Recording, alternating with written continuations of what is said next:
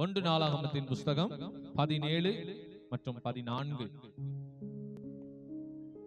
அவனை என் ஆலயத்திலும் என் ராஜ்யத்திலும் என்றென்றைக்கும் நிலைக்க பண்ணுவேன். அவனுடைய ராஜசனம் என்றென்றைக்கும் நிலை பெற்றிருக்கும் என்று சொல்லி என்றார். உரலே சொல்லுவோமா? ஏற்கனவே நான் சொன்னேன், ஞாபகப்படுத்தல யாரும். ஞாபகம் இருக்க என்ன கேட்டேன்னு? ஸ்தோத்திரம். நான் மறந்துடுவேன்னு நினைச்சேன், நீங்க எல்லாரும் மறந்துட்டீங்க. ஆராதனைக்கு முன்னாடி என்ன சொல்லியிருந்தேன்? யாருக்கு இந்த ஆசீர்வாதம்னு கேட்டிருந்தேன். யாருக்கு? யார் அவருடைய ராஜ்யத்துல அவருடைய ஆலயத்துல போய் அங்க உட்கார்ந்து ஆண்டவர் பக்கத்துல அவனுக்கு ஒரு ராஜாசனத்தை கர்த்தர் கொடுக்கிறார். யாருக்கு? பரவாயில்ல, யோசிச்சிருக்கிறாங்க. தாவீதுக்கு. வேற உங்களுக்கெல்லாம் இல்லையா? உங்களுக்கெல்லாம் இல்லையா? உங்களுக்கு இருக்கா? அதான் யாருக்கு? கர்த்தருடைய ஆலயத்தை கட்டுகிறவர்களுக்கு, கட்ட நினைப்பவர்களுக்கு. அப்படியா? சரி, வேற? அவ்வளவுதானா? யாருக்கு பேர்பட்ட ஆசீர்வாதம்? போன வாரம் செய்தி கொடுத்தனே, ஞாபகம் இருக்குங்களா? 3 மணி நேரம் கொடுத்தோம். அந்த ஆசீர்வாதம் யாருக்கு போய் சேரும்? இந்த பூமியில கிடைக்கிற ஆசீர்வாதம் அல்ல, பரலோக ராஜ்யத்துல போய் சேர்ற ஆசீர்வாதம் யாருக்கு கிடைக்கும்? தெரியலையா? சரி, இந்த வாக்குத்தத்தம் யாருக்கு கொடுக்கப்பட்டது? தாவீதுக்கு. ஏன் கொடுக்கப்பட்டது? ஒரே ஒரு ஆள் தூங்கிட்டே சொல்றாங்க. ஆண்டவருடைய இருதயத்திற்கு ஏற்றவனாய் வாழ்வான். ஒரே சொல்லுவோமா? பூமியில நம்ம எல்லாரும் வாழ்றோம், எப்படி வேணாலும் வாழ்றோம், என்ன வேணாலும் செய்யறோம். ஆனா நீங்களும் நானும் வாழுகிற வாழ்க்கை தேவனுடைய இருதயத்திற்கு ஏற்றதாய் உள்ளதா? அவர் மனசுக்கு பிடிச்சிருக்கா? நமக்கு யாராவது பிடிக்கும்னா அவங்களுக்கு பிடிச்ச மாதிரி வாழ்வோமா? வாழ மாட்டோமா? அவங்க மனசுக்கு பிடிச்ச மாதிரி வாழ்வோம். அப்படிதானே? வரலையே சொல்லுவோமா? இப்போ வீட்டுல தாய் தகப்பன் இருக்கிறாங்க. பிள்ளைக தாய் தகப்பனுடைய மனசுக்கு பிடிச்ச மாதிரி வாழலைன்னா என்ன பண்ணுவாங்க? தாய் தகப்பன் கண்டிப்பாங்க, தண்டிப்பாங்க, திட்டுவாங்க, சொல்லுவாங்க. ஆனா என்ன பண்ணாது? கேட்கவே கேட்காது, பிடிவாள் பண்ணிக்கிட்டே இருக்கும். அப்ப கடைசியில கண்டிப்பா தாய் தகப்பனுடைய இருதயத்துக்கு அது ஏற்ற மாதிரி வாழலைன்னா தாய் தகப்பன்கிட்ட இருந்து வருகிற அந்த ஆசீர்வாதமும் அந்த நன்மைகளும் அந்த ஆசீர்வாதமான வார்த்தைகள் அவங்களுக்கு போய் சேருமா? சேருமா? அப்ப பிள்ளைகள் யாருடைய இருதயத்திற்கு ஏற்ற மாதிரி வாழுவாங்க? வாழணும். சொல்லுங்க. தாய் தகப்பனுடைய இருதயத்திற்கு ஏற்ற மாதிரி வாழ்ந்தாதான் அவங்க கையிலிருந்து நன்மைகளை பெற்றுக்கொள்ள முடியும். ஒரு சொல்லுவோமா? சத்தமா சொல்லுவோமா? சத்தமா சொல்லுங்க. அல்லேலூயா, ஆமென். நம்ம அவர்களுடைய இருதயத்திற்கு ஏற்ற மாதிரி வாழணும். சோ இந்த உலகத்துல நாம் வந்தது எதற்காக? பிறந்தது எதற்காக? வாழ்வது எதற்காக? ஆண்டவருடைய இருதயத்திற்கு ஏற்றவாறு வாழும்படியாக. ஒரு அல்லையா சொல்லுவோமா? அவர் மனசுக்கு பிடிச்ச மாதிரி வாழ்ற வாழ்க்கை நான் வாழ்றேங்கிறவங்க மட்டும் ஒரு அல்லையா சொல்லுங்க. ஏசப்பாக்கு பிடிச்ச மாதிரி அவர் மனசுக்கு, அவருடைய இருதயத்திற்கு ஏற்றவனாய் அவருடைய இருதயத்தை புரிஞ்சுக்கிட்டு அவருக்கு பிடிச்ச மாதிரி நான் வாழ்ந்துகிட்டு இருக்கேங்கிறவங்க மட்டும் ஒரு அல்லையா சொல்லுங்க. இல்லையா? மனசுக்குள்ள சொல்லுவீங்க, நான் கையெல்லாம் உயர்த்த முடியாது அப்படிம்பீங்க. அப்படியா? அவருடைய மனசுக்கு பிடிச்ச வாழ்க்கை யார் வாழ்ந்துகிட்டு இருக்கிறீங்க? சரி, இந்த உலகத்துல நம்ம வேற யாராவது பிடிச்ச மாதிரி வாழணும்னு ஏதாவது இருக்கா? அப்படிதான் பைபிள் சொல்லுதா? இவங்க மனசுக்கு பிடிச்ச மாதிரி வாழுப்பா அப்படின்னு. மனசு நோகாம வாழுப்பான்னு இருக்கு. அவங்க மனசுக்கு பிடிச்ச மாதிரி வாழுங்கன்னு ஏதாவது வேதத்துல யாராவது இருக்கா? தாய் தகப்பன் தந்தை கணவன் மனைவி பிள்ளைகள் சித்தப்பா சித்தி அத்தை மாமா இந்த மாதிரி யாராவது இருக்கா? இவங்க மனசுக்கு பிடிச்ச மாதிரி வாழணும்னு வேதத்துல எங்கேயுமே இல்லை. ஆனா வேதத்துல இல்லாத எல்லாமே நம்ம செய்வோம். எல்லாத்துக்கும் பிடிச்ச மாதிரி வாழ்ந்துட்டு இருப்போம். அப்படிதானே? ஒரு நாளாவது உட்கார்ந்து யோசித்து ஆண்டவருக்கு பிடிச்ச மாதிரி வாழணும்னு நினைச்சிருக்கிறீங்களா? நீங்க நினைப்பீங்க, செயல்படுத்துவீங்க. ஆனா ஒரு பிரச்சனை வரும் பொழுது, ஒரு நெருக்கம் வரும் பொழுது, ஒரு உபத்திரவம் வரும் பொழுது என்ன பண்ணிடுவோம்? எல்லையை மீறி விடுவோம். ஒரு சொல்லுவோமா? நம்ம ஆசைப்படுவோம், வாழ்ந்து காட்டுவோம். வாழ வாழ உபத்திரவம், பிரச்சனை, போராட்டங்கள் ஏதாவது வந்துருச்சுன்னா என்ன பண்ணுவாங்க? என்ன பண்ணிடுவாங்க சொல்லுங்க? விலகிடுவாங்க. அதனாலதான் மத்தேயு படிச்சிட்டு இருக்கிறீங்கல்ல 21-28, அதுல இந்த வசனத்தை நீங்க தியானிச்சீங்களா? இவர்கள் மிகுந்த உபத்திரவத்தில் இருந்து வந்தவர்கள். அந்த வார்த்தை வாசிச்சீங்களா? 27வது அதிகாரத்துல அதை வாசிச்சிருக்கீங்களா? தியானிச்சீங்களா? 8 அதிகாரம் நீங்க டெஸ்ட் இருக்குல்ல. இவர்கள் மிகுந்த உபத்திரவத்தில் இருந்து வந்தவர்கள். அந்த வார்த்தையை நீங்க படிச்சீங்களா? அப்ப என்ன அர்த்தம்? ஆண்டவருடைய ராஜ்யத்திற்குள்ள போறவங்க எப்படிதான் போவாங்க? எப்படிதான் பிரவேசிக்க முடியும்? மிகுந்த உபத்திரவத்தின் வழியா தான் பிரவேசிக்க முடியும். அந்த உபத்திரவத்தை மேற்கொண்டு, அந்த உபத்திரவத்தை ஜெயித்து, அந்த உபத்திரவத்தை வெற்றி சிறந்து, அந்த உபத்திரவத்திற்கும் மேலாக வாழ்ந்து காட்டினவர்கள் தான் தேவனுடைய ராஜ்யத்திற்குள் பிரவேசிக்க முடியும் என்பது சத்தியம். குரல்லையே சொல்லுவோமா? தேவனுடைய இருதயத்திற்கு ஏற்ற மாதிரி வாழ்கிறதுனா என்ன? மிகுந்த உபத்திரவம் வரும், மிகுந்த போராட்டம் வரும், மிகுந்த பிரச்சனை வரும், மிகுந்த இடுக்கண்கள் வரும், நெருக்கம் வரும். அதையெல்லாம் தாண்டி அவருடைய இருதயத்திற்கு ஏற்ற மாதிரி வாழும். கண்டிப்பா கடவுளுடைய இருதயத்திற்கு ஏற்ற மாதிரி வாழ்றதுக்கு யாராவது விடுவாங்களா? நம்ம ஒருத்தர் சொல்லுங்க பார்க்கலாம், என்ன வந்து ஃப்ரீயா விட்டாங்க ஆண்டோட இருதயத்திற்கு ஏற்ற மாதிரி வாழ்வதற்கு அப்படின்னு சொல்ல முடியுமா? முடியவே முடியாது. எல்லாரும் அவங்களுடைய இஷ்டப்படி தான் நம்மளை வாழ வைப்பாங்க. குரல்லையே சொல்லுவோமா? தாய் தகப்பன் அவர்களுடைய விருப்பத்தை போல் வாழும்படி ஆசைப்படுவார்கள். பிள்ளைகள் தாய் தகப்பன் நம்முடைய சொல்படி கேட்க வேண்டும் என்று ஒரு ஏஜுக்கு மேல அவங்க ஆசைப்படுவாங்க. அதற்கப்புறம் கணவன் மனைவி சொல்படி கேட்டு வாழ வேண்டும் ஆசைப்படுவார்கள். மனைவி கணவன் சொற்படி கேட்டு வாழ வேண்டும் என்று ஆசைப்படுவார்கள். ஒவ்வொருவரும் ஒவ்வொருவர் சொற்படி கேட்டு வாழ வேண்டும் என்று ஆசைப்படுவார்கள். குரல்லையே சொல்லுவோமா? கடைசி வரைக்கும் கர்த்தருடைய சொற்கேட்டு அவருடைய இதயத்திற்கு ஏற்றபடி வாழ வேண்டும் என்று சொல்லிதான் ஆசைப்படுவோம். ஆனால் உலகத்தின் பாடுகளும் உபத்திரவங்களும் போராட்டங்களும் பிரச்சனைகளும் அவர்களை என்ன பண்ணிவிடும்? வாழ முடியாம மாத்திரும். முரளியே சொல்லுவோமா? அதனாலதான் ஆண்டவர் சொல்றாரு, 3 விதமான நிலத்தில் விதைக்கப்பட்ட விதைகளை குறித்து ஆண்டவர் சொல்லுகிறார். சில விதைகள் வழி அருகே விழுந்தது, சில விதைகள் முட்கள் அருகே விழுந்தது, சில விதைகள் பாறையின் மேல் விழுந்தது, 4வதாக போடுது நல்ல நிலத்தில் விதைக்கப்பட்டது. நல்லா கவனிக்கணும். வழியில் விழுந்த விதை என்ன பண்ணிருச்சு? பறவை கொத்திருச்சு. முள்ளுல விழுந்தது, வளர வளர முள்ளெல்லாம் நெருக்கிருச்சு. உலக கவலை எல்லாம் அவனை நெருக்கி வளர விடல. கற்பாறையின் மேல விழுந்தது, வேர் பிடிக்காது. பாறையில விழுந்துச்சுன்னா வேர் பிடிக்குமா? வேர் இல்லாததுனால என்ன ஆயிருச்சு? பட்டு காஞ்சு கருகி போச்சு. ஆனா நல்ல நிலத்துல விழுந்துச்சு பாத்தீங்களா? அது என்ன பண்ணுச்சு? ஒன்று 100, ஒன்று 60, ஒன்று 30 பலன் தந்தது என்று வேதம் சொல்லுகிறது. உரளியே சொல்லுவோமா? அப்ப நல்லா கவனிக்கணும். இந்த வலி முள்ளு பாறைங்கிறது என்னதுன்னா, உங்க வாழ்க்கையில வருகிற உபத்திரவங்களும் பிரச்சனைகளும் போராட்டங்களும் நெருக்கங்களும் தான். இதையெல்லாம் தாண்டி நீங்க வளரணும் அப்படின்னா நல்ல நிலத்துல விதைக்கப்படணும். உரளியே சொல்லுவோமா? உங்கள் இருதயம் நல்ல நிலமா இருக்க வேண்டும். நிலம் என்பது என்ன? இருதயம். விதை என்பது தேவனுடைய வசனம். உரளியே சொல்லுவோமா? அப்ப இருதயத்தை நீங்க நல்ல முறையில வச்சிருந்தா தான் சொல்ற வசனம் போய் அதுல விழுந்து உங்களுக்கு 30, 60, 100 பலன் தரும். உங்கள் இருதயம் வழி அருகே இருக்கிற நிலத்தை போலவோ, இல்ல முட்கள் நிறைந்த இடத்தை போலவோ, இல்ல கற்பாறை நிறைந்த இடத்தை போலவோ உங்கள் இருதயம் இருக்குமானால், அதிலே விதை விழுகுமானால் அது முளைக்காது, பலனையும் தராது. அல்லேலூயா. எவர் ஒருவர் தேவனுடைய இருதயத்திற்கு ஏற்றபடி நான் வாழ வேண்டும் என்று விரும்பி சபைக்குள்ள வந்து வசனத்தை கேட்கிறானோ அவங்க வாழ்க்கையில 30, 60, 100 பலன் உண்டாகும். எத்தனை பேருக்கு சத்தியம் புரியுது? இப்ப நீங்க வந்து உட்கார்ந்து இருக்கிறீங்க, எல்லாருமே உண்மையாலுமே நான் ஏசப்போட வார்த்தையை கேட்டு வாழணும்னு வந்திருக்கீங்களா? ஏசப்போட வார்த்தையை கேட்டு வாழணும்னு வந்திருக்கீங்களா? இல்ல ஒரு 10 மணி வரைக்கும் உட்கார்ந்து போலான்னு வந்தீங்களா? இல்ல இன்னைக்கு ஞாயிற்றுக்கிழமை போகணும்னு வந்தீங்களா? இல்ல ஒரு நாள் ஆண்டவர் கொடுக்கணும்னு வந்தீங்களா? இல்ல எப்படியாவது இன்னைக்கு போயிட்டு வந்துடலான்னு வந்தீங்களா? எதுக்கு வந்திருக்கீங்க? தேவனுடைய வார்த்தை கேட்கணும்னு வாஞ்சியோட வந்திருக்கீங்களா?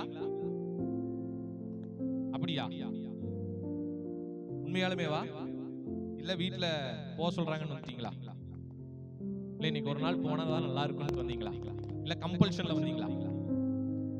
இல்ல இங்க வந்தா கோயிலுக்குள்ள வந்தா ஆசீர்வாதம் வந்தீங்களா? இல்ல ஒரு சான்ஸ் கிடைச்சது வந்தேன் அப்படிங்கிறீங்களா? அல்லேலூயா.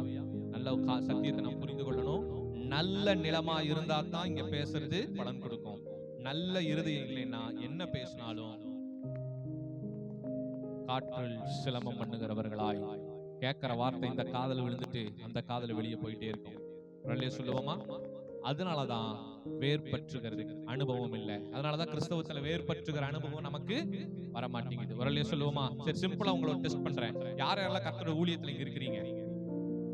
நான் கர்த்தருடைய ஊழியத்துல ஒரு பங்கு. உங்க டெஸ்ட், உங்க வார்த்தையில் நீங்க வார்த்தைக்காக வந்திருக்கீங்கன்னா உங்க டெஸ்ட். நான் ஊழியத்துல இந்த சபையில, நீங்க இருக்கிற இந்த சபையில ஒரு ஊழியத்துல, ஏதோ ஒரு ஊழியத்துல நான் இருக்கேங்கிறவங்க மட்டும் வலது கரத்தை உயர்த்துங்க. காணிக்க கொடுக்கிற, தசம்பாங்க கொடுக்கறனால கையை தூக்க கூடாது. ஏதோ ஒரு ஊழியத்துல, ஏதோ ஒரு விதத்துல இந்த சபைக்கு நான் பிரயோஜனமாய் இருக்கிறேன் அப்படிங்கிறவங்க கையை தூக்குங்க. தாராளமா கையை தூக்குங்க. இதுல என்ன இருக்குது? ஏன்னா என்ன விதை எங்க விழுந்திருக்குன்னு தெரியணும். ஊழியத்துல நீங்க வளர்ந்துட்டு இருக்கிறீங்க, ஊழியத்துல நீங்க மிக்ஸ் ஆயிருக்கீங்கன்னா விதை சரியான இதயத்துல விழுந்திருக்குன்னு அர்த்தம். ரல்லே சொல்லுவோமா? இல்லைன்னா நீங்க வழி அருகே விழுகிற விதை முள்ளுக்குள்ள விழுந்த விதையாயிரும், கற்பாறையில விழுந்த விதையாயிரும். ரல்லே சொல்லுவோமா? இப்பதான் சொல்லுங்க. மறுபடியும் அதே கொஸ்டினுக்கு வரேன். எத்தனை பேர் தேவனுடைய சபையில ஒரு ஊழியத்துல ஏதோ ஒரு விதத்துல நான் இங்க பங்கு பெற, நீங்க சர்ச்சுக்கு வந்துகிட்டு இருக்கேங்கிறதுக்காக நான் சொல்லல. சர்ச்சுக்கு வரத அதை தூக்கி, உங்க அட்டெண்டன்ஸ் வேண்டாம், எனக்கு உங்க காணிக்க வேண்டாம். இந்த அட்டெண்டன்ஸையும் காணிக்கையும் தவிர்த்து ஏதோ ஒரு விதத்துல இந்த சபையில் நான் ஒரு ஊழியத்திலேயோ இல்ல ஏதோ ஒரு காரியத்துல இதுல பங்குல இருக்கேன் அப்படிங்கிறவங்க, ஏதோ ஒரு ஊழியத்தை நான் செய்யறேன், அட்லீஸ்ட் இந்த பாய் மடிக்கிற ஊழியத்திலேயாவது நான் இருக்கிறேன், அதுவும் ரெகுலரா அதை நான் செய்யறேன். இன்னைக்கு நான் ஃப்ரீ அதனால செய்யறேன், இன்னைக்கு நான் ஃப்ரீ அதனால நான் வந்து இந்த வேலையை செஞ்சேங்க, அந்த மாதிரி ஆட்கள் வேண்டாம். இது என் பொறுப்பு, என் சபையில எனக்கு நான் எடுத்துக்கொண்ட பொறுப்பு, கர்த்தர் எனக்கு கொடுத்த ஊழியங்கிறவங்க மட்டும் வலது கரத்தை உயர்த்துங்க. இத வார வாரம் நான் ஷார்ப்பா செஞ்சுக்கிட்டு இருக்கிறேன். ரெண்டு இல்லையா? இல்லையா? ஸ்தோத்திரம். ஏன் இல்ல? ஏன் இல்ல? ஏன் இல்ல? பிடிக்கலையா? சர்ச்சு பிடிக்கலையா? இங்க இருக்கவங்களுக்கெல்லாம் ஊழியம் செய்யணுமா அப்படிங்கிறீங்களா? ஆமா, இங்க இருக்கிறவங்களே எல்லாம் அப்படி இருக்கிறாங்க, இப்படி இருக்கிறாங்க, இவங்க மத்தியில நான் இவங்களுக்காக இதை செய்யணுமா அப்படிங்கிறீங்களா? என்னாலேயே முடியலப்பா அப்படிங்கிறீங்களா? எனக்கு டைமே இல்ல, ரொம்ப பிஸி, காணிக்க வேணா தரணே. ஏன் இல்ல? ஏன் இல்லை? சொல்லுங்க, ஏன் இல்ல? கல்யாணத்துல உங்க பிரசன்ஸ் எதிர்பார்ப்பாங்களா, உங்க முய்ய எதிர்பார்ப்பாங்களா உங்க சொந்த பந்தங்கள்?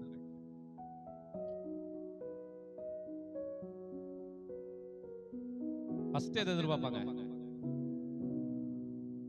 கல்யாணத்துக்கு போறீங்க, சரி அதை விடுங்க, உங்க பையன் கல்யாணம், அம்மா அப்பா இருக்கீங்க, உங்க பையன் கல்யாணத்துக்கு எல்லாம் செஞ்சு வச்சுட்டு வீட்டுல தூங்கிடுவீங்களா, இல்ல முன்னாடி எல்லாம் பாப்பீங்களா? பையன் பொண்ணு கல்யாணத்துல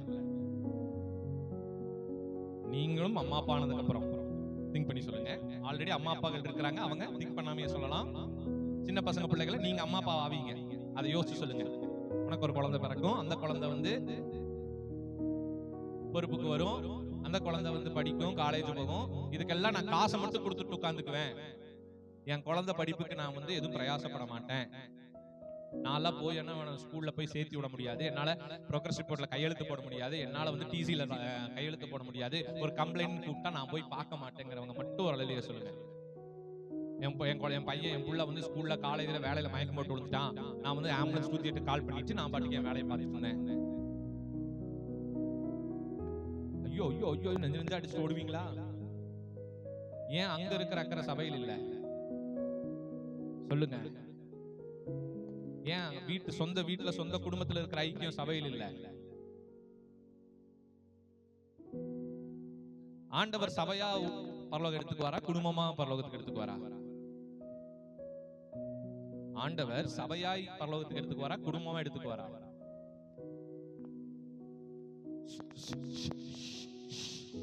மேல வாங்க, இன்னும் கொஞ்சம் சத்தமா. சபையா எடுத்துக்குவாரா, குடும்பமா எடுத்துக்குவாரா? பசங்க சைடு சத்தமே வரலையே. சபையா தான் ஆண்டவர் எடுத்துக்குவார். ஏன்னா அவர் சபையத்தான் விரும்புறாரு, குடும்பத்தை விரும்பல. குடும்ப ஐக்கியம் முக்கியம், அதை காட்டிலும் சபை ஐக்கியம் ரொம்ப ரொம்ப முக்கியம். ஏன் ஆண்டவர் சபை ஐக்கியத்தை மீன் பண்ணாரு, குடும்ப ஐக்கியத்தை அதிகமா மீன் பண்ணல?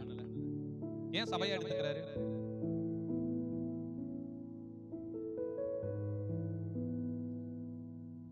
ஏன் சபை ஐக்கியத்தை ஆண்டவர் மீன் பண்றாரு, ரொம்ப இம்பார்ட்டன்டா பாக்குறாரு? யார் கரெக்டா சொல்றீங்கன்னு பார்க்கலாம். மனவாட்டி சபை இல்ல, கரெக்டா சொல்லணும். ஏன் சபையை கர்த்தர் மீன் பண்றாரு, குடும்பத்தை அப்படி மீன் பண்ணல?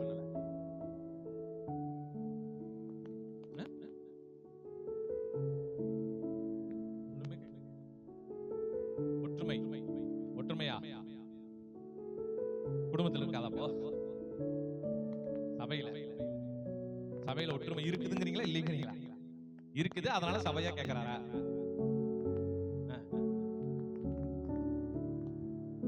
ஒரு விதத்துல இந்த பாயிண்ட் கரெக்ட், ஆனா நான் நினைச்ச பாயிண்ட் இது. குடும்பத்துக்கு அப்ப தலையா இல்லையா, சபைக்கு தலையா? சரி, ஓகே, இது செகண்ட் பாயிண்ட், இம்பார்ட்டன்ட் பாயிண்ட். சபைக்கு தான் கர்த்தர் தலையா இருக்கிறார். ஓகே, வேற? அப்ப குடும்பத்துக்கு தலையாரு அப்பா. Very good. இப்ப எந்த குடும்பத்துல அப்பா வந்து தலையா இருந்து குடும்பத்தை வழி நடத்துகிறார்? ஏசப்பா. உடனே ஏசப்பா ரொம்ப பாவம்பா, எல்லா குடும்பத்துக்கும் அவரே பண்ணிக்க முடியுமாப்பா? சொல்லுங்க, எந்த குடும்பத்துல அப்பா தலையா கரெக்டா ஏசப்பாக்குள்ள வழி நடத்துறாரு? பெண்கள் தானா? சரி, பெண்கள் தான் பாத்துக்கலாமே. உங்க வீட்டுல உங்க அம்மா உங்களை கரெக்டா வழி நடத்துறாங்களா? ஆண்டவருக்குள்ள உணவு நடத்துறாங்களா? உங்க அம்மா ஆண்டவருக்குள்ள கரெக்டா வழி நடத்துறாங்களா?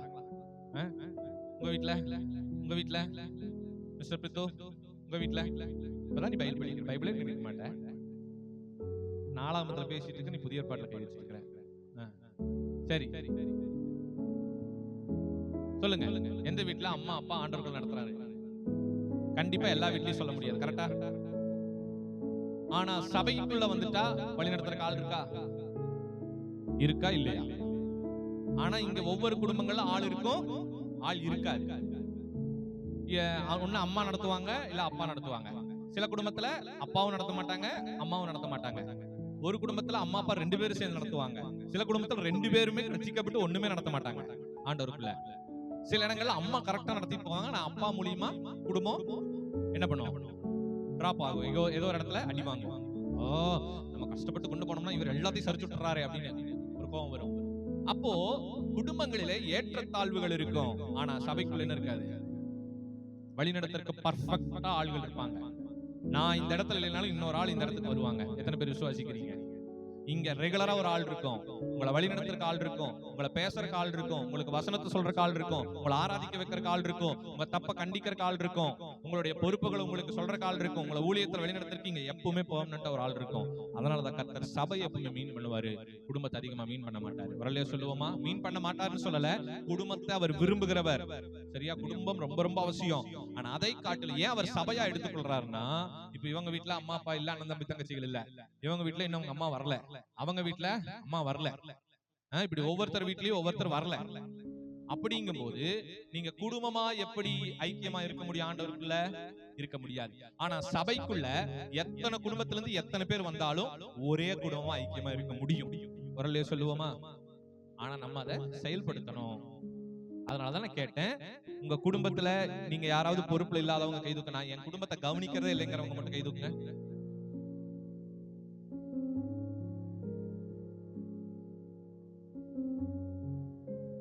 உங்க குடும்பத்தை எல்லாம் கவனிச்சுட்டு தானே வந்து உட்கார்ந்துருக்கீங்க.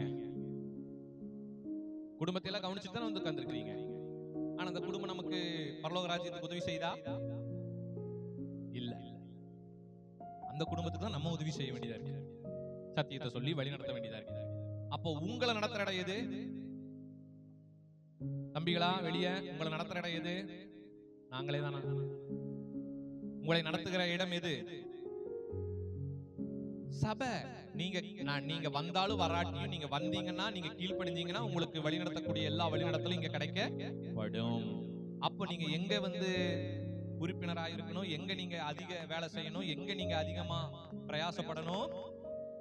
சபையில. அப்போ எல்லா ஆசீர்வாதமும் சபையில இருந்து வருது. ஆனா சபைக்கு மட்டும் நான் என்ன பண்ண மாட்டேன், எதுவுமே செய்ய மாட்டேன். காசு கொடுத்துட்டு ஒதுங்கிடுவேன். உங்க பிள்ளையோட பிரசவத்துக்கு பில்லு பே பண்ணிட்டு அப்படியே வீட்டுக்கு போயிருவீங்களா? இல்ல பக்கத்துல இருந்து 10 நாள் ஆனாலும் சொந்த பந்தமா உட்காந்து பார்த்து டெலிவரி பண்ணி குழந்தைய வீட்டுல எடுத்துட்டு வந்துட்டு வளர்த்தி விட்டுட்டு அப்புறம் போவீங்களா? பொறுப்பு இருக்குல்ல வீடுனா, ஏன் சபைனா மட்டும் பொறுப்பு இல்ல? ஏன் சபை என்றால் பொறுப்பு வரமாட்டேங்குது? அது ஒரு பெரிய பருப்பாவே நம்ம எண்ணுகிறது கிடையாது. ஏன்? அதனாலதான் கர்த்தர் தாவீதை குறித்து சொன்னாரு, இவன் என் இருதயத்திற்கு, சத்தமா சொல்லுங்க, ஏன்னா என்னுடைய சபையை குறிச்சு அவனுக்கு அதிக அக்கறை இருக்கு, என்னுடைய ஆலயத்தை குறித்து அவனுக்கு அக்கறை இருக்கு, என் ஜனங்கள் இஸ்ரவேலரை குறித்து அவனுக்கு அக்கறை இருக்கிறது, என் ஜனத்தை வழிநடத்த வேண்டும் என்கிற அக்கறை அவனுக்கு இருக்கிறது, என் ஜனங்கள் எதிரிகளிடம் தோற்றுவிடக் கூடாது என்று சொல்லி தன் உயிரையும் கூட துச்சப்படுத்தாத, அதை பொருட்படுத்தாதபடி துச்சமாய் நினைத்து சகல யுத்தங்களிலும் முன்னின்று அவன் செயல்படுகிறான். உங்களுக்கு ஒண்ணு தெரியுமா? ஏற்கனவே நான் சொல்லி இருக்கிறேன், தாவீது அரசன் போர் வீரர்களுக்கு பின்பாக போர் புரிபவனே கிடையாது. உங்களுக்கு தெரியுமா? நான் இது ஏற்கனவே சொல்லி இருக்கேன். தாவீது எப்பொழுதுமே தன் ஜனத்திற்கு முன்பாக நிற்கிற அரசன். தாவீதை குறித்து நான் ஏற்கனவே உங்களுக்கு சொல்லியிருக்கேன், ஞாபகம் இருக்கா? தாவீது எப்பவுமே ஃபர்ஸ்ட் என்ன நிப்பாங்க? சிப்பாயி, அந்த பாய் இந்த பாயில நிப்பாங்க. அவங்க எல்லாம் முன்னாடி நின்னதுக்கு அப்புறம் தான் கடைசியா யார் நிப்பா? அரசன் நிப்பான். ஆனா தாவீதுடைய யுத்த காலத்துல முதல்ல யார் நிப்பா தெரியுமா? முதல்ல யார் நிப்பா?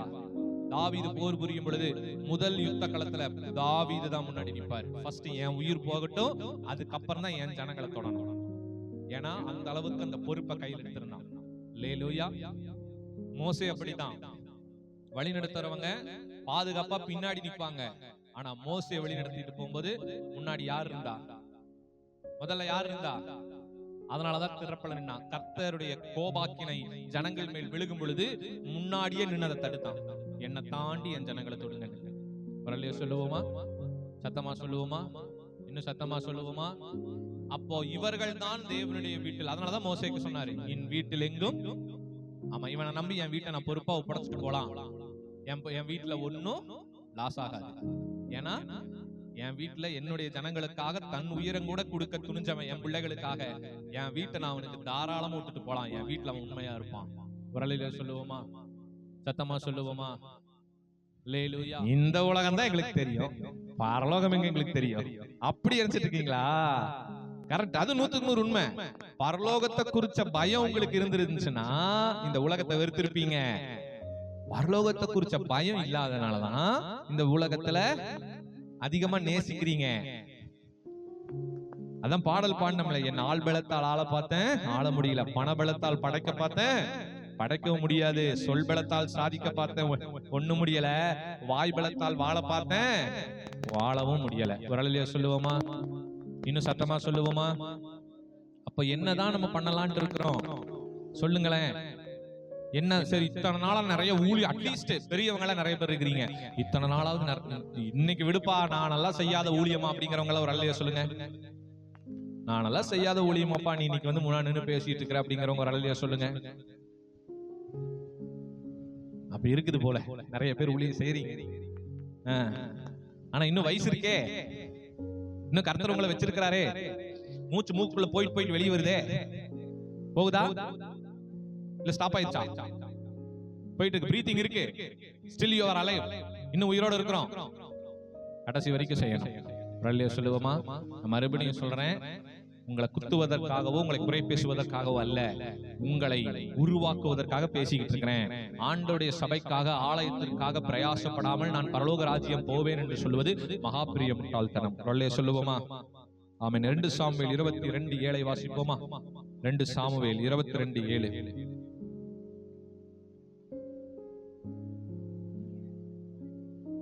எனக்கு உண்டான நெருக்கத்திலே கர்த்தரை நோக்கி கூப்பிட்டு என் தேவனை நோக்கி அபயமிட்டேன். தமது ஆலயத்திலிருந்து என் சத்தத்தை கேட்டார்,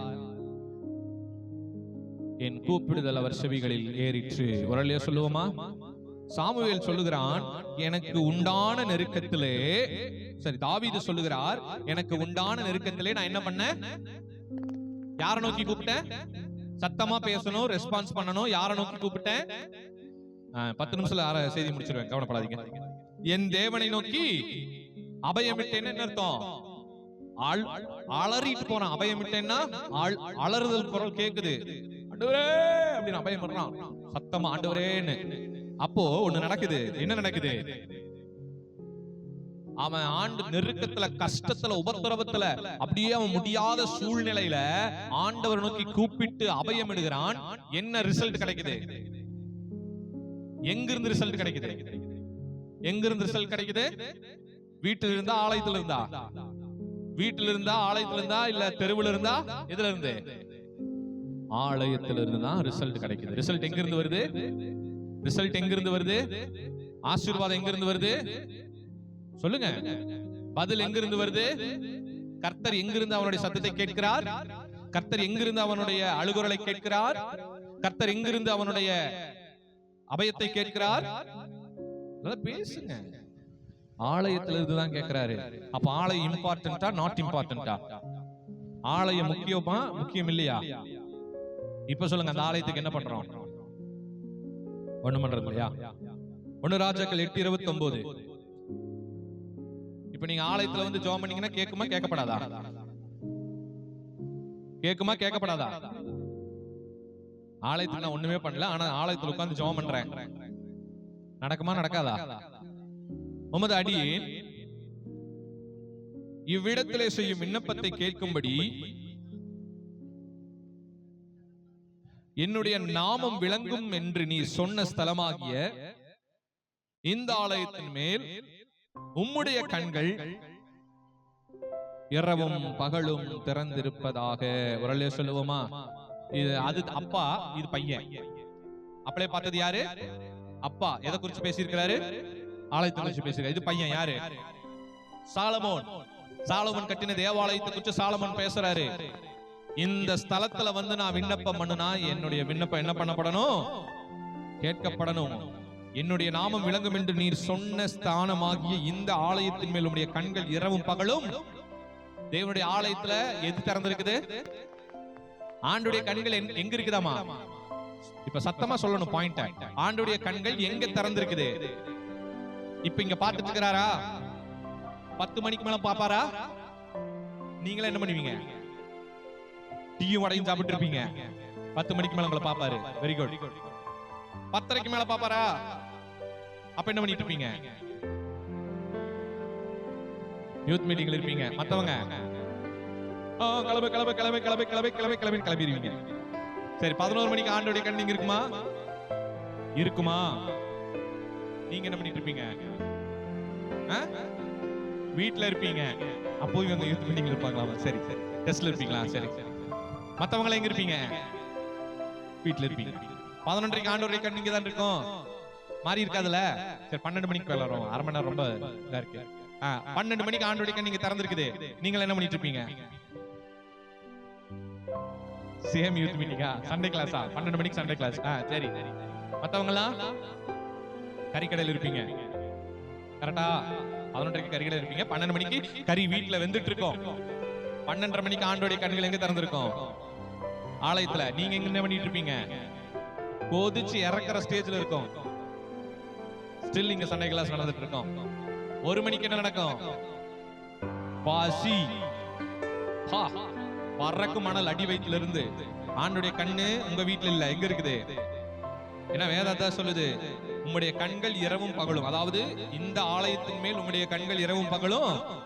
ஆண்டவருடைய ஆலயத்துல ஆண்டவருடைய கண்ணு திறந்துட்டே தான் இருக்குங்க. உங்களை பார்த்துட்டே இருப்பாரு.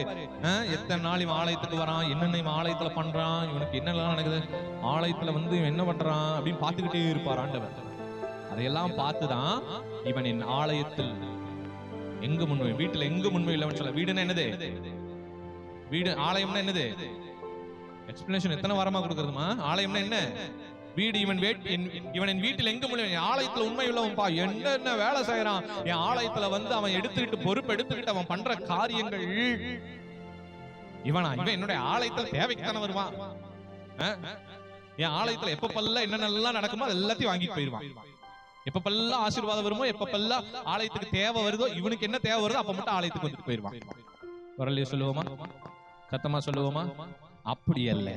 இவனுடைய ஆலயத்துல எங்க உண்மை இல்லவன் எப்போ வருவான், அன்றைய வார்த்தை கேட்பான், ஊழியம் செய்வான், பிரயாசப்படுவான். அதனாலதான் கர்த்தர் சாமுவேல் என்னவா மாத்தினாரு? சாமுவேல் என்னவா மாத்தினாரு? நான் சொல்லியிருக்கேன், ஒரு ராஜாவா இருந்தா அவன் ராஜாவா மட்டும் தான் இருக்க முடியும். தீர்க்கதரிசியா இருந்தா தீர்க்கதரிசியா மட்டும் தான் இருக்க முடியும். மூணாவது ஆசாரியனா இருந்தா ஆசாரியனா மட்டும் தான் இருக்க முடியும். 3 பதவிகளையும் ஒருங்கிணைத்து செயல்பட்டது ஒரே ஒரு ஆள் மட்டும்தான் வேதத்துல. யாரு? சாமுவேல் மட்டும்தான். He is a king and he is a prophet and then he is a pastor. அவன் ஆசாரியனாவும் செயல்பட்டான், தீர்க்கதரிசியாகவும் செயல்பட்டாரு. தான் முதல் பெயர் சேபா வரைக்கும் சாமுவேலுடைய வார்த்தை தான் கட்டளை. சொல்லுவோமா? ஒரே ஒரு காரணம் தான், 24 மணி. அவனுடைய தாய் அவனை சின்ன வயசுல பால் மறந்து அடுத்த நாளே ஆலயத்துல கொடுத்துட்டு போயிட்டா. ஆலயம் ஆலயம் ஆலயம் ஆலயம் ஆலயம் மட்டுமே வாழ்ந்த மனுஷன் மொத்த இஸ்ரவேலை அவன் ஒத்த வார்த்தையால கட்டுக்குள்ள வைத்திருந்தார் சாமுவேல். ஒரு அல்லையா சொல்லுவோமா? சாமுவேல் இஸ்ரவேலுக்குள்ள ஒரு ஊருற கால் அடித்து ஊர் எல்லைக்குள்ள கால் வைக்கிறாருன்னு தெரிஞ்சா அந்த ஊரு கதி கலங்கிட்டு நிக்குமாமா. எங்கேயும் தாவீதோ சாமுவேலோ சாலமோனோ ஒரு ஊருக்குள்ள வராங்க இஸ்ரவேலுக்குள்ள, அப்போ இஸ்ரவேல் கதி கதங்கினதுன்னு எங்கேயுமே சொல்லப்படல. ஆனா சாமுவேல் வந்தா மட்டும் அந்த ஊரு பதறும். அல்லேலூயா. அதனாலதான் சாமுவேல் இங்க வராரு தாவீதுடைய ஊருக்கு பெத்லகேமுக்குள்ள வந்த உடனேயே, அப்ப அது பேர் வேற, இப்ப அது பெத்லகேம். வந்த உடனேயே அந்த பெத்லகேமுக்கு ஊர்ல இருக்க எல்லாரும் குடுகுடுன்னு ஓடி வந்து என்ன கேட்டாங்க? நீர் வந்தது நன்மையோ தீமையோ? அவ்வளவு கஷ்டப்பட்டு வந்திருக்கீங்க நம்ம ஊருக்குள்ள, நல்ல செய்தியா கெட்ட செய்தியான்னு எல்லாம் தலை குனிஞ்சு வணங்கி கேட்கிறா. ஊர் தலைவன்லாம் ஒண்ணு வந்துட்டான், ஒண்ணு தலை குனிஞ்சு நீங்க வந்தது நல்லதுக்கா கெட்டதுக்கா சொல்லுங்க. பதறுது. நன்மைக்கு. அவன் நன்மைக்குன்னு கையை உயர்த்தி சொன்னா மட்டும்தான் அந்த ஊர் சமாதானமா இருக்கும். இல்ல, ஒரு தீமைங்க நடக்க போதுன்ட்டா ஊர் முழுசா பேதி போயிரும். அல்லேலூயா சொல்லுவோமா? இதற்கு காரணம் முழுக்க சாமுவேல் கர்த்தருக்கும் கர்த்தருடைய ஆலயத்திலும் கர்த்தருடைய பிள்ளைகள் மத்தியில உண்மை உள்ளவனாய் வாழ்ந்தான். ஒரு அல்லேலூயா சொல்லுவோமா? ஆண்டவருடைய ஆலயத்துல மட்டுமே வாழ்ந்து வளர்க்கப்பட்ட ஒரே மனுஷன் சாமுவேல். வேற யாராவது ஆலயத்திலேயே இருந்து வளர்க்கப்பட்டவங்க இருக்காங்களா? வேதத்துல இதுவரைக்கும் ஆலயத்துல அதாவது பால் மறந்ததுக்கு அப்புறம் ஃபுல் அண்ட் ஃபுல் ஆலயத்திலேயே தான் இருந்தாருங்கிறவங்க யாராவது இருக்காங்களா? யாரு? அப்புறம் யாரு? அவர் மட்டும்தான். கரெக்ட். யோசுவா அதெல்லாம் பால் எல்லாம் மரத்துல பாரு 40-50 வயசுக்கு மேலதான் ஆலயத்துக்குள்ளே வந்தாரு. அப்பெல்லாம் ஆலயமே கிடையாது, ஆசரிப்பு கூடாரம் மட்டும்தான். சாமுவேல் காலத்திலேயே ஆசரிப்பு கூடாரம் தான் இருந்துச்சு. ஆனா நல்ல ஒரு காரியத்தை புரிஞ்சுங்க, சாமுவேல் முழுக்க ஆலயத்துல மட்டுமே வளர்ந்த பையன். அல்லேலூயா. அதுக்கப்புறம் அவன் தான் தீர்க்கதரிசி, அவன் தான் ஆசாரியன், அவன் தான் ராஜா. 3 பதவிகளையும் ஒருங்கிணைக்கப்பட்ட ஒரே தேவனுடைய மனிதன் வேதத்துல சாமுவேல் மட்டும்தான். அல்லேலூயா சொல்லுவோமா? சத்தமா சொல்லுவோமா? அப்ப கர்த்தர் ஆலயத்துக்கு எவ்வளவு முக்கியத்துவம் கொடுக்கிறாருன்னு உங்களுக்கு நான் சொல்றேன். அப்ப நீங்க எவ்வளவு முக்கியத்துவம் கொடுக்கணும் என்பதை நீங்க புரிஞ்சுக்கங்க. அல்லேலூயா சொல்லுவோமா? அப்ப கர்த்தருடைய கண்ணில் 24 மணி நேரம் எங்க இருக்குதாமா? ஆலயத்துல. சரி, 1 ராஜாக்கள் 9:3. 1 ராஜாக்கள் 9:3. கர்த்தர் அவனை நோக்கி, நீ என் சமூகத்தில் செய்த உன் விண்ணப்பத்தையும் உன் வேண்டுதலையும் கேட்டேன். நீ கட்டின இந்த ஆலயத்தில் என் நாமம் என்றென்றைக்கும் விளக்கத்தக்கதாக அதை பரிசுத்தமாக்கினேன். நல்லா கவனிங்க, போன வசனத்துல வெறும் கண்ணு தான் பார்த்தோம். இப்ப என்ன இருக்குதுன்னு பாருங்க. என் கண்களும் என் இருதயமும் will be there for ever. என்னாலும் என்றால் என்ன அர்த்தம்? will be there for ever. இப்ப ஆலயத்துல என்ன இருக்குது? ஆலயத்துல இருக்கணும். இதை நீங்க சிந்திக்கணும், இதை செயல்படணும். நான் ஏன் இதை சொல்றேன்னா, மறுபடியும் நான் ஏன் இவ்வளவு கஷ்டப்பட்டு உங்களுக்கு இவ்வளவு ஃபோர்ஸா இந்த மெசேஜை கொடுக்கறேன்னா, இந்த வாக்குத்தத்தத்தை ஒருத்தருடைய வாழ்க்கையில கிரியை செய்யாட்டி நீங்க பரலோகத்துக்குள்ள போக முடியாது. அப்படியே போனாலும் கடைசி ரக மனிதனாய் ஒரு 100 கோடியில ஒருத்தனாதான் நீங்க வாழ முடியுமே ஒழிய, உங்களுக்கு ஆலயத்துல பங்கோ இல்ல ராஜ்யத்துல பங்கோ இல்ல உங்க ராஜசனமோ அங்க ஒண்ணு இருக்காது. அதனாலதான் சொல்றேன், மறுபடியும் சொல்றேன், நீங்க பரலோகமே போனாலும் அங்க அவருடைய ஆலயத்துக்குள்ள உங்களுக்கு இடம் இருக்குமா? அவருடைய ராஜ்யத்துக்குள்ள உங்களுக்கு இடம் இருக்குமா? உங்களுடைய ராஜசனம் அங்க போய் நிலைச்சு நிக்குமா? அப்படின்னா முடியாது. நான் மறுபடியும் சொல்றேன், இந்த உலக வாழ்க்கை சதம் அல்ல. இன்னொரு வாழ்க்கை இருக்கு, அதுதான் நித்தியமான பரலோகம். அங்க நீங்க போகணும்னா இங்க நீங்க அவருக்காக பிரயாசப்பட்டு இருக்க வேண்டும். சரி, என்ன அதெல்லாம் விட்டுருங்க. என்னுடைய வாழ்க்கையில முக்காவாசி நேரம் ஆண்டவருடைய சமூகத்துல தான் போகுது, ஆண்டவருடைய காரியங்கள் ஆண்டவருடைய இதுல தான் போகுது. சரி வேண்டாம், முழுக்க முழுக்க எல்லாமே ஆண்டவருடைய காரியங்கள்ல தான் போகுதுங்கிறவங்க எத்தனை பேர்? கொஞ்சம் கொஞ்சமா கம்மி பண்ணிட்டு வரேன் பெர்சன்டேஜ். நீங்க உங்களை ஒரு ரேஷியோல போட்டு ஒரு பெர்சன்டேஜ் வச்சுக்கோங்க. 100க்கு 100 என்னுடைய வாழ்க்கையில ஆண்டவருடைய காரியமாவே தான் என் வாழ்க்கை இருக்குதுங்கிறவங்க எத்தனை பேர்?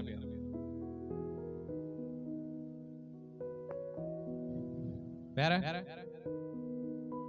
100% ஆண்டவருடைய காரியமாவே இருக்கு. உங்களுக்கு என்ன வேலை அப்படிம்பீங்க, இருந்தாலும் இல்லைனாலுமே நான் அப்படிதான் இருப்பேன். வேலை இருந்தாலுமே நான் இப்படிதான் இருப்பேன். சரி, ஒரு 90%.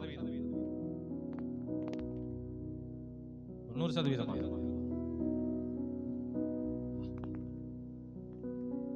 80,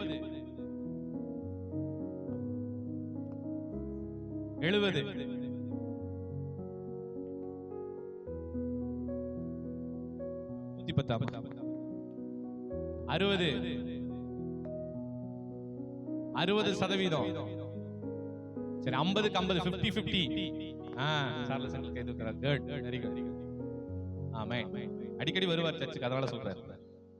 பிரேயருக்கு வருவார், கன்ஃபியூஸ் ஆகாது. சரி, அடுத்தது 40%. 40 ஒரு தரம். சரி 30%. 30 கூட இல்லையா? சரி ஒரு 20%. ஆனா ஏதோ ஒரு சதவீதத்தில் இருக்கிறீங்க, சொன்னா எல்லாத்துக்கும் தெரிஞ்சுன்னு சொல்ல மாட்டேங்கிறீங்க. சரி ஒரு 10%. ஒரு 5, 4, 3, 2, 1. சீரியஸா அந்த அளவுக்கெல்லாம் இல்லைங்க அப்படிங்கிறவங்க புரிஞ்சுக்கணும். நீங்க புரிந்து செயல்படணும். ஏன்னா ஆண்டவர் வரும் பொழுது அவர் கணக்கு கேட்கிற ஒன்னே ஒண்ணு, உனக்காக நான் மரித்தேன், எனக்காக. அவ்வளவுதான். உன் வாழ்க்கையை பரலோகத்துக்கு வரக்கு என் உயிரையே கொடுத்த, கடைசி ரத்த வரையில சிந்தி என் உடம்பை பிக்க கொடுத்து என்ன முழுசா அர்ப்பணிச்சனே, நீ எனக்கு என்ன செஞ்ச? ஒரே கேள்வியில முடிச்சிருவாரு பாயிண்ட். ஆண்டவரே காணிக்கை கொடுத்தேன், சர்ச்சுக்கு போனேன். இதெல்லாம் இல்லப்பா, நான் உனக்கு காணிக்கையா கொடுத்தேன். நான் என்னது வீட்டுக்கு வந்துட்டு சர்ச்சுக்கு வந்துட்டு வீட்டுல சாப்பிட்டா போனேன்? இல்ல, நான் உனக்கு என்ன செஞ்சேன்? உயிரை கொடுத்தேன், ரத்தத்தை கொடுத்தேன், ஜீவனை கொடுத்தேன், எல்லாமே கொடுத்தனே, நீ எனக்கு என்ன கொடுத்த உன் சைடுல இருந்து அப்படின்னு கேட்பாரு. அப்படி கேட்கும் போது நீங்க அவருக்கு ரிசல்ட் கொடுக்கணும், அவருக்கு சொல்யூஷன். இன்னொன்னு, செஞ்சவங்களை கேட்கவே மாட்டாரு. செஞ்சவங்களை என்ன பண்ண மாட்டாரு? அவர் கேள்வி கேட்கிறாருனாலே யாரதான் கேட்பாரு? நியாய தீர்ப்பு யாருக்கு? நியாய தீர்ப்பு நீதியின்படி வாழாதவனுக்கு தான். நீதிமானுக்கு என்ன கிடையாது? நம்மை நாமே நிதானித்து அறிந்து சரியான வாழ்க்கை வாழ்ந்தால் நமக்கு என்ன கிடையாது? நாம் நியாயம் தீர்க்கப்படும். நம்மை நாமே நிதானித்து அறிந்து கரெக்ட் பண்ணிட்டோம்னா நாம் நியாயம் தீர்க்கப்படும். நம்மை நாமே நிதானிக்காமல் அறியாமல் நம்ம சரிப்படுத்தாம இருந்தா நம்ம எதுக்கு போயிருவோம்? நியாயம் தீர்க்கப்படுவோம். ராபோஜனத்துல படிக்கிறோம்ல அந்த வசனத்தை, நம்மை நாமே நிதானித்து அறிந்தால் நாம் நியாயம் தீர்க்கப்படும். நம்மை நாமே நிதானித்து அறியாவிட்டால் நியாயம் தீர்க்கப்படுவோம். வரலையா சொல்லுவோமா? நல்ல பையனுக்கு அட்ரஸ் தேவையே இல்லை, ஐடென்டிட்டி. அவனை சொல்லவே வேண்டாம், அவனை அலோவ் பண்ணிடுவாரு. ஆனா கெட்ட பையனை கேள்வி கேட்பாரு. வரலையா சொல்லுவோமா? நான் மறுபடியும் சொல்றேன், இது சத்தியம் இல்ல, இதுதான் உங்க வாழ்க்கை முறையா இருக்கணும். முழுக்க முழுக்க நீங்க ஆண்டவரை சார்ந்து ஆண்டவருக்காக வாழ்கிற வாழ்க்கை வாழும் பொழுதுதான் அது உங்களை உயர்த்தும். சங்கீதம் 52:8, 84:10 ரெண்டையும் படிச்சுட்டு பைபிளை க்ளோஸ் பண்ணிருங்க. 52:8, 84:10.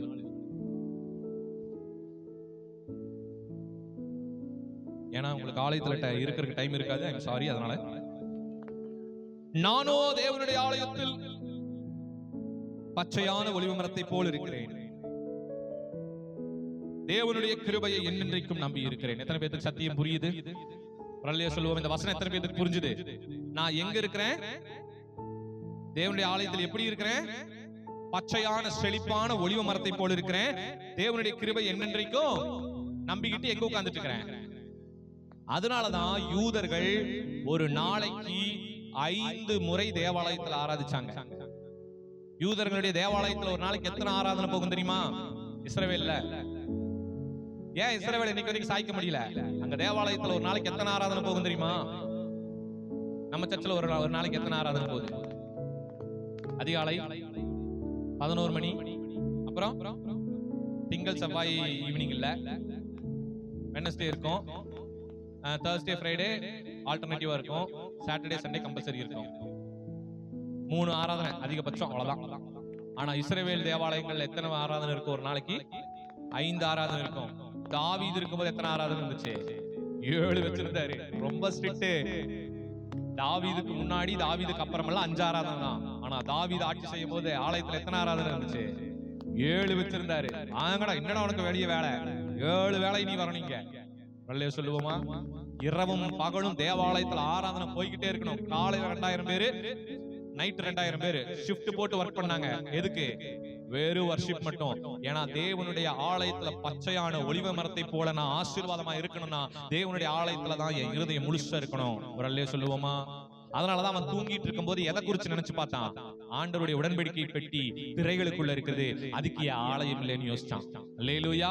ஏன்னா தன் நிலையை மறந்து தெய்வ நிலைக்கு போனவனால மட்டும்தான் அதை உணர முடியும். ஒரு அல்லே சொல்லுவோமா? சோ நீங்களும் நாளும் வாழுகிற வாழ்க்கை அப்படிப்பட்ட ஒரு வாழ்க்கை. நம்முடைய ஆசீர்வாத ஆலயத்துல இருக்குது, நம்ம வீட்டுல கிடையாது, நம்ம வருமானத்துல கிடையாது, நம்ம சம்பாத்தியத்துல கிடையாது. மறுபடியும் நான் சொல்றேன், நம்முடைய ஆசீர்வாதம் ஆலயத்துல இருக்குது. கடைசி 84 1000 நாளை பார்க்கிலும் உமது பிரகாரங்களில் செல்லும் ஒரே நாள் நல்லது. ஆகாமிய கூடாரங்களில் வாசமாயிருப்பதை பார்க்கிலும் என் தேவனுடைய ஆலயத்தின் வாசற்படியில் காத்திருப்பதையே தெரிந்து கொள்ளுகிறேன். ஒரு சொல்லுவோமா? உலகத்துல நான் 1000 வருஷம் வாழ்ந்தாலும் சரி, ஆலயத்துக்குள்ள ஒரு நாள் வாழ்ந்தாலும் சரி. ஒரு சொல்லுவோமா? எனக்கு ஊரெல்லாம் இடம் கிடைக்கலனாலும் பரவாயில்ல, ஆலயத்துல வாசப்படியில் இடம் கிடைச்சா போதுங்கிறாரு தாவீது. ஒரு சொல்லுவோமா? ஆலயத்துல உள்ள இடம் கூட எனக்கு வேண்டாம், எங்க இடம் கிடைச்சா போதும்? வாசப்படியில. ஆனா உள்ள இடம் இருந்தும் வாசப்படியில் நிறைய பேர் உட்கார்ந்துட்டு இருக்காங்க. அதாவது தாவீது இடம் இல்லைன்னா வாசப்படியில கிடைச்சாலும் கூட போதுங்கிறாரு. வரலையா சொல்லுவோமா? உள்ள இடம் இருந்தாலும் நாங்க வாசப்படியில காத்திருப்பதையே தேடுவோம். அப்படி அல்ல. ஒருவேளை பூட்டி இருந்தா வாசப்படியில உட்காரலாம். நான் சொல்றது கூட கேட்கல பாருங்க, 3 பேர் பிஸியா இருக்கிறாங்க வெளியே. அப்ப என்ன அர்த்தம்? ஆண்டோடைய ஆலயம் எவ்வளவு முக்கியம்னு அர்த்தம். இதுல முக்கியத்துவம் படத்துலன்னா அதுக்கப்புறம் பின்னாடி வருகிற வீட்டுல நடக்கிற பிரச்சனைகள், குழப்பங்கள், உங்க வாழ்க்கையில் நடக்கிற குழப்பங்களுக்கெல்லாம் ஆண்டவர் காரணமாகவே முடியாது. நீங்க ஆண்டோடைய ஆலயத்துக்கு முக்கியத்துவப்படுத்துங்க, கண்டிப்பா கர்த்தர் உங்களை முக்கியத்துவப்படுத்துவார். அல்லேலூயா. அவனைத்தான் என் ஆலயத்திலும் என் ராஜ்யத்திலும் நிலைக்க பண்ணுவேன்னு சொல்றாரு. அவனுடைய ராஜசனம் தான் என்னென்றைக்கும் நிலை பெற்றிருக்குன்னு சொல்றாரு. சோ நாம நம்மளுடைய வாழ்க்கை, என் குடும்பம், என்னுடைய வீடு, என்னுடைய வாழ்க்கை, என்னுடைய வருமானம், என்னுடைய வேலை, நான் என் வேலையை பார்த்துக்கிட்டு நான் அமைதியா வந்து வாரத்துல ஒரு நாள் 2 மணி நேரம் ஆண்டவர்ட்ட வந்து உட்கார்ந்துட்டு போறேங்கிறத வாழ்க்கை அல்ல. அவர்களுக்கு அந்த ராஜ்யத்தை கொடுக்க வேண்டும் என்கிற எந்த ஒரு அவசியமும் இல்ல. இதுல ஒரே ஒரு பாயிண்ட் சொல்லி முடிச்சிடுறேன் கடைசியா. படம் வந்திருக்கு நினைக்கிறேன். ஒரே ஒரு பாயிண்ட். என்னால ஆலயத்துக்கு வருவதற்கு சூழ்நிலை ரொம்ப ரொம்ப மோசமா இருக்குதுங்கிறவங்களுக்கு ஒரு எக்ஸ்கியூஸ் இருக்கும். இந்த பாயிண்டோட முடிக்கிறேன். எப்பவுமே ஒரு எக்ஸ்கியூஸ் இருக்கும். ஆலயத்துக்கு என்னால, கவனிங்க, வெளியே இருக்கிறவங்களை கவனிங்க, ஆலயத்திற்கு என்னால வர முடியாததற்கு எனக்கு பயங்கரமான ஒரு பிரச்சனை சூழ்நிலை இருக்குது, ஒரு எக்ஸ்கியூஸ் எனக்கு இருக்குது. அவங்களுக்கு ஒரு எக்ஸ்கியூஸ் ஆண்டவர் கொடுப்பாரு. ஆனா எல்லா சூழ்நிலைகள் இருந்தும் என் மைண்ட் செட் ஒத்துக்காம நான் வராம இருக்கிறேங்கிறதுக்கு நோ எக்ஸ்கியூஸ். எத்தனை பேருக்கு சத்தியம் புரியுது? எக்ஸ்கியூஸ் யாருக்கு இருக்கு? வழிவாசல்கள் இல்லாதவர்களுக்கு ஒரு எக்ஸ்கியூஸ் கொடுப்பாரு. ஆனா வழிவாசல்கள் இருந்தும், சூழ்நிலை அமைந்தும், நேரங்கள் இருந்தும் அதை தட்டி கழிப்பவர்களுக்கு கண்டிப்பான நியாயத்திற்கு இருக்கும். வரலையா சொல்லுவோமா? ஏன்னா சூழ்நிலை நீங்க சொல்ல வேண்டாம், அவர் பார்த்துக்கிட்டு இருக்கிறார். அதுக்குன்னு ஆண்டவர் என்னுடைய கஷ்டத்தை பார்க்கிறார், ஆண்டவருடைய பலவீனத்தை பார்க்கிறார், ஆண்டவருடைய வேலையை பார்க்கிறார். வேலையை விட்டு, என் சூழ்நிலையை விட்டு, என் பணத்தை விட்டு, என் வீட்டை விட்டு என்னால சர்ச்சுக்கு வர முடியுங்கிறவங்க தாராளமா வரலாம். அது முடியாதுங்கிறவங்க நீங்க இருக்கலாம், ஒன்னும் தப்பு கிடையாது. அதற்கு ஆண்டவருக்கு நீங்க கணக்கு கொடுத்தனா போதும். ஆனா சூழ்நிலைகள் அமைந்தும், குடும்பம் ரட்சிக்கப்பட்டும், நீங்க தெளிவா ஆண்டவருக்குள்ள இருந்தும், 100% ஆண்டவருக்குள்ள இருந்தும் வரலைன்னா அதுக்கு நீங்க தான் கணக்கு கொடுக்கணும். வரலையே சொல்லுவோமா? இந்த சத்தியத்தை புரிந்தவர்களுக்கு இந்த ஆசீர்வாதம் உண்டு. கர்த்தர் உங்களை ஆசீர்வதிப்பார்.